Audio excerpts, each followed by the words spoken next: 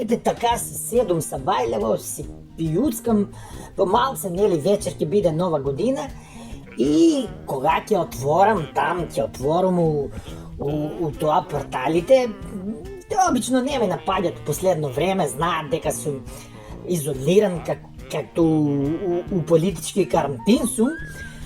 Гледам оној Геро Квекеро с очите што е малку чакрлија, така едното му гледа на исток, едното му гледа на запад, ама која е за пари взимање, онда му гледа двете добро. Тој што се дружеше со оној педеро што викаше јас сум ги земал парите и вице ги земале парите. Как да не бе, ние сме ги земале парите.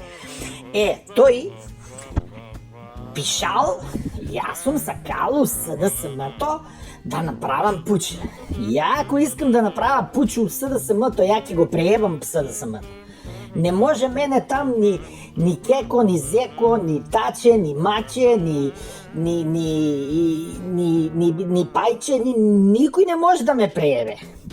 Американската амбасада сега сакала, застанала на борбата на корупцијата, а јас сум бил од онаа страна на корупцијата.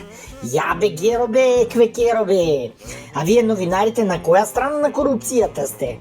Как бе така ти сега се ставаш адвокат на Дуи и спишуваш све за Дуи најдобро, да не пропаднат, да не излезат од влата. Јас сум сакал 25% да бидат албанци у влата. И па колку да бидат у влата бе? Колку да бидат? Ај прашај го народот колку да бидат у влата. Да бидат 70? 90? Колку да бидат у влата? Бе, Геро Квекеро бе. Работиш ти, работиш, ама и ја работам. Шо мислиш, че се заебавам ја, а? Немам ја луѓе тук, там, лево, десно, право, лево, криво, а?